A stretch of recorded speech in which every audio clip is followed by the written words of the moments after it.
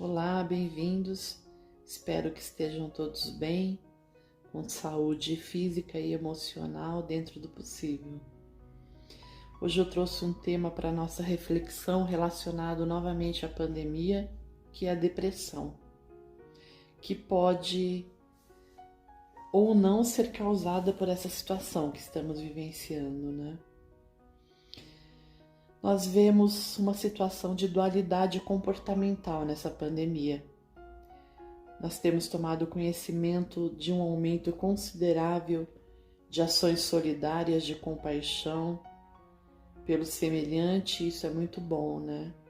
E por outro lado, nós vemos também atitudes de revolta, de rebeldia e muitas pessoas apresentando transtornos psíquicos, como a depressão, a ansiedade, a tristeza e por aí vai. São atitudes aparentemente opostas diante de uma mesma situação.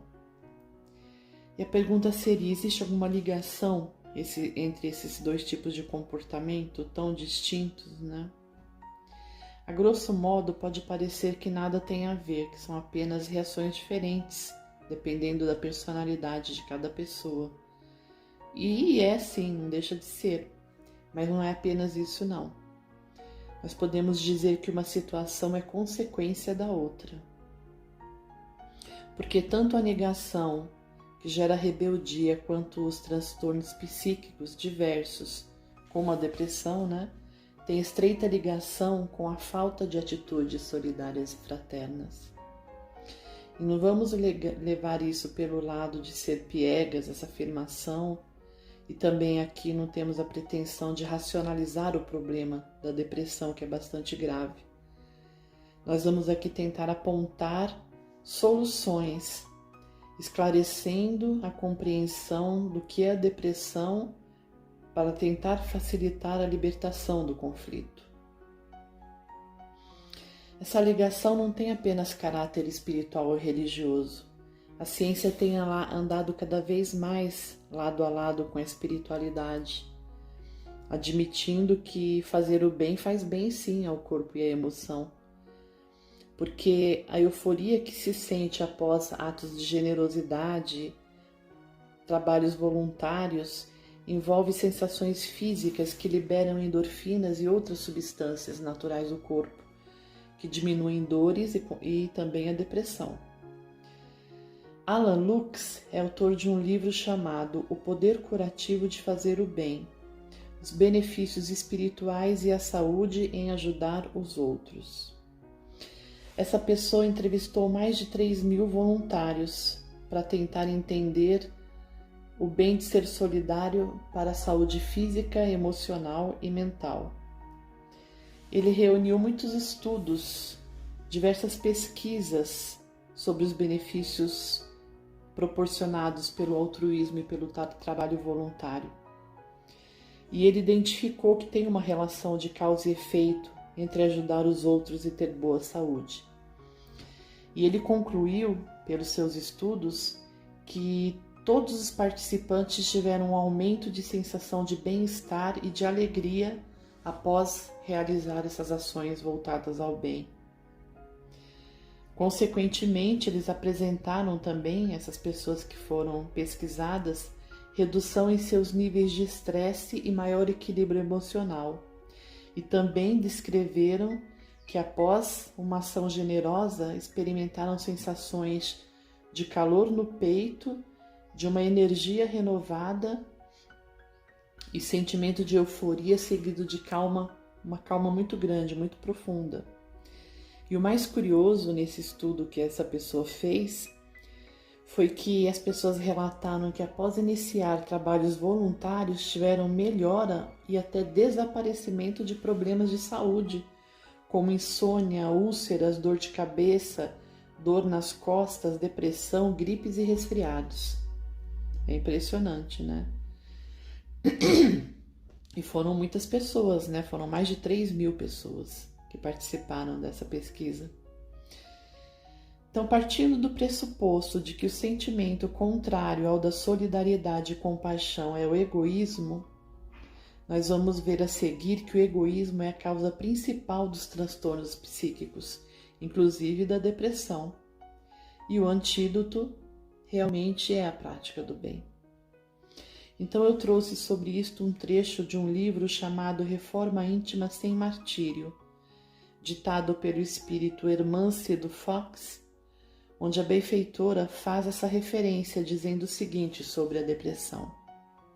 Ela diz que é o resultado mais torturante da longa trajetória no egoísmo, porque o núcleo desse transtorno se chama desapontamento ou contrariedade, isto é, a incapacidade de viver e conviver com a frustração de não poder ser como se quer e ter de aceitar a vida como ela é, e não como gostaria que fosse.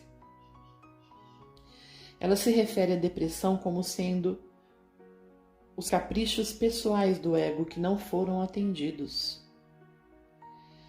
Bom, é claro que alguns casos de depressão que são classificados pela ciência de depressões secundárias são disparados por um fator causal, ou seja, tem uma causa aparente, que atualmente pode ser a pandemia e os medos que ela causa, não é? Porém, tende a se resolver com mais facilidade esse tipo de depressão, é quando o fator causal desaparece, no caso, né? Mas muitos casos de depressão que já ocorriam muito antes dessa pandemia são as chamadas depressões primárias, ou seja, elas independem do fator causal. Não existe causa aparente.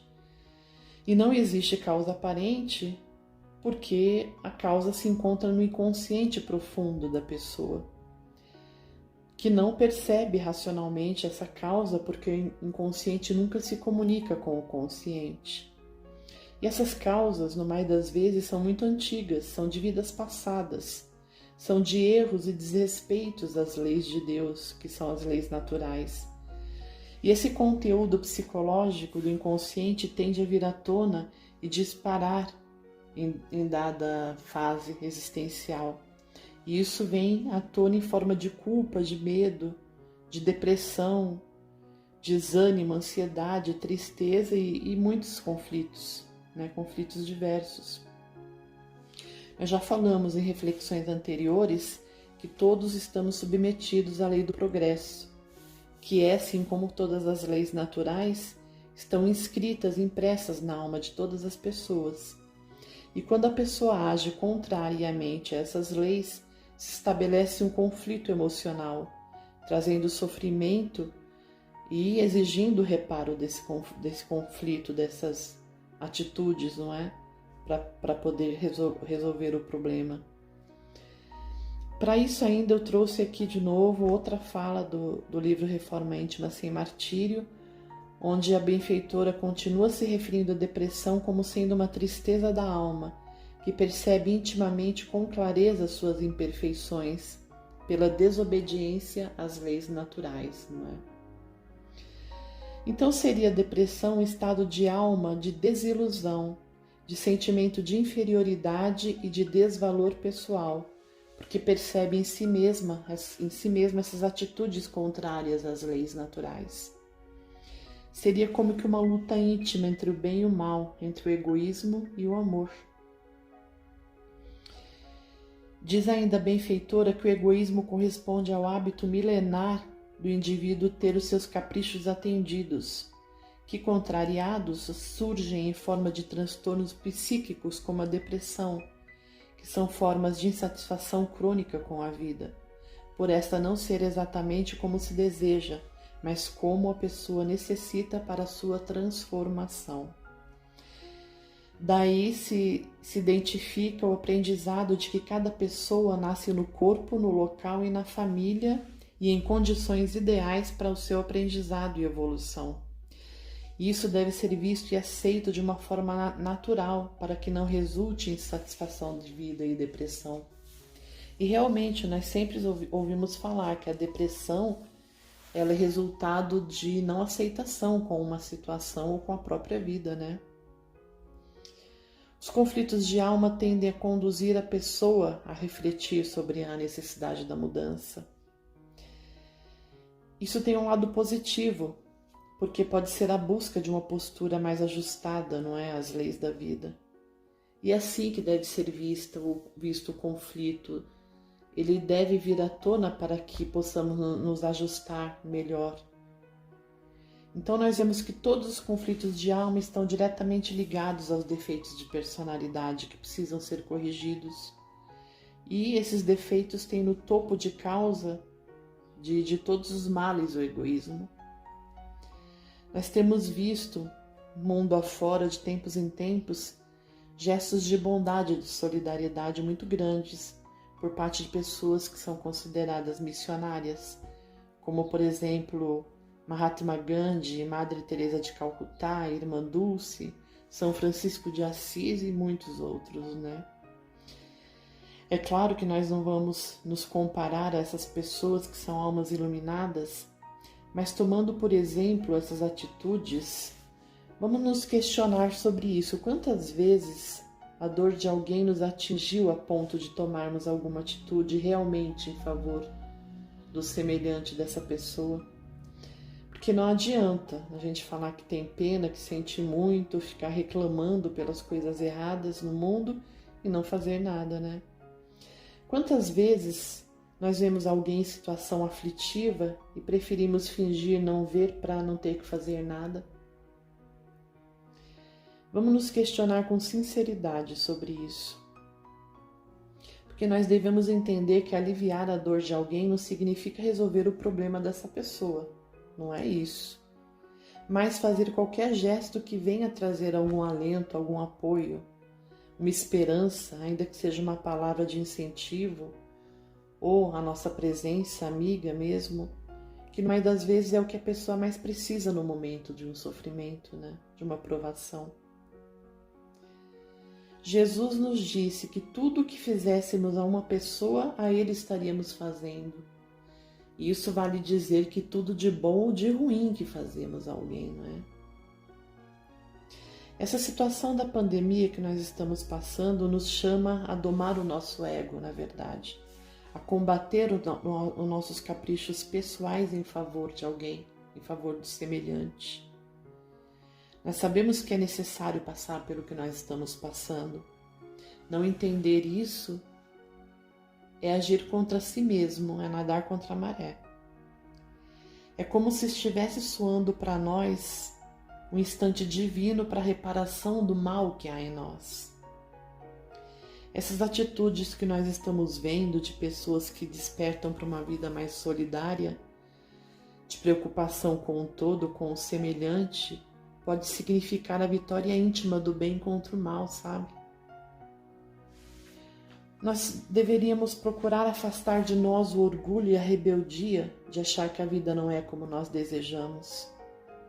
E procurar fazer o melhor com as condições existenciais que Deus nos ofereceu. Isso significa maturidade emocional e psicológica.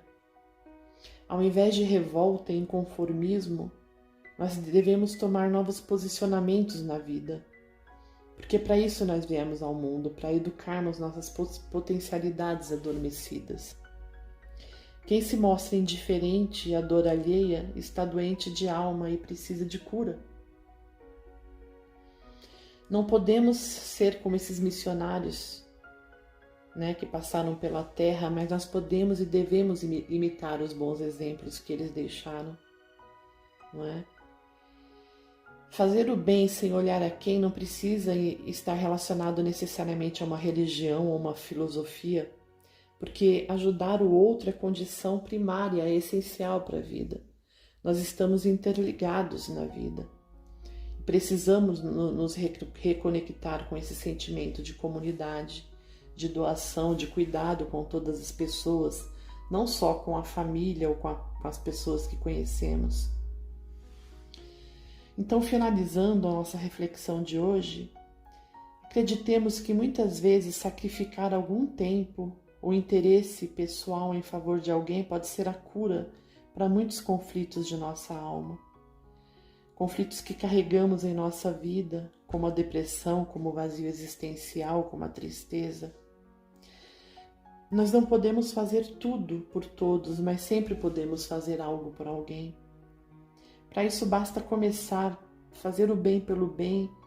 Depois dos primeiros passos, os efeitos benéficos no corpo e na alma já serão sentidos e trarão com certeza a sensação de ânimo, de reconforto, de paz e de alegria. Nós devemos ser mais humildes, aceitando as falhas das pessoas e ajudando o quanto pudermos, porque ainda temos falhas também. Mas vamos tentar caminhar juntos, nos apoiando, ninguém largando a mão de ninguém.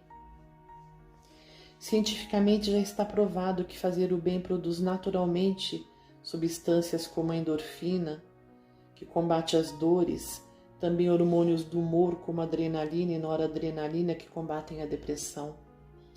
E quando sentimos afeto pelas pessoas, o corpo produz um hormônio chamado ocitocina, chamado hormônio do amor, e que produz sensação de alegria. Sejamos agentes do bem, contribuindo para transformar a Terra em um mundo melhor. Amando, sendo solidários, e assim seremos felizes e saudáveis. Para isso viemos a este mundo. Desejo paz e luz a todos e até a próxima.